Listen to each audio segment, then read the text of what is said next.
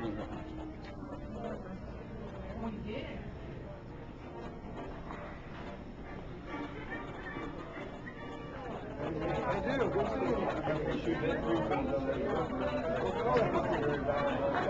just talked to Gary the other day. Okay, yeah.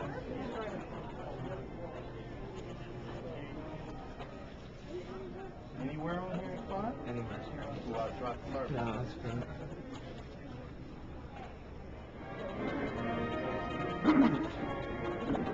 What's going on, Jimmy? What's up? How are you? No, it's good, good.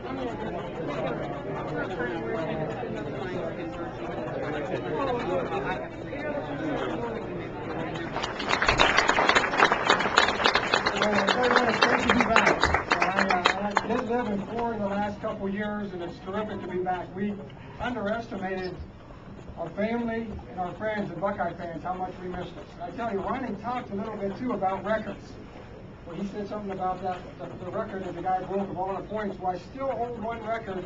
It's true, I know today. You know, when my first day on Ohio State's campus, 1985, we were in practice and right in the St. John Arena over here, and it said, come on in, everybody come in, we're going to do some testing today. Everybody's got to go stand up in the bathroom, and we're going to test for steroids. He said, we've tested every girl and boy since we've been here at Ohio State University to make sure of steroids. Well, I got in line, I got up to the front, and the doctor looked at me, and he looked back at me, he said, we've tested every student that's ever played here. You're the first one that we know for sure you're not on steroids. So I still hold that record today. God bless and thanks for having me. For the third year in a row for the Agonis Ohio State men's basketball tip-off, and I'm sure you're out there enjoying some of the former players we have here tonight, and I'm going to take this time to introduce a few of them. I want to first acknowledge somebody I've gotten to know very well over the years. Been with the Columbus Dispatch for 33 years, and you know, you read about him, read his articles in the paper about the team. He does a tremendous job, and the great thing about Bob Baptist is that he is my go-to guy. Anytime I want stats about something or anything, I'll call him up or text him, and he'll give it to me right away. And Bob, you know we do our annual lunch before the season. We got to do that. But folks, Bob, he was going full speed at half court, dribbling it high, and I said, it's mine. I'm going to take this ball. So I go at Jimmy. He puts it behind his back, and I miss it. And I said, okay, I'm still going to get this ball. Then I go for it again, and he crosses back over. And then I said to one of my teammates, that's why he's an All-American. I mean, I couldn't take it from him. But Jim Jackson, what can I say about your career?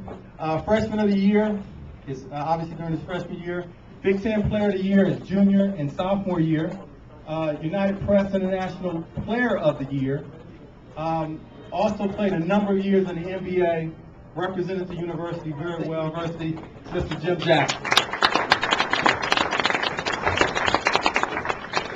First, thank Ronnie for, you know, emceeing and kind of putting all this together, because Ronnie, and we talk about Buckeyes and what they bring to the table and who you look up to, but Ronnie and Troy and also Jay, they kind of set the precedent of how you should be or how you should carry yourself as a basketball player on and off the court. So as you say thank you, I say thank you to the both of you for setting that example for me as a young guy.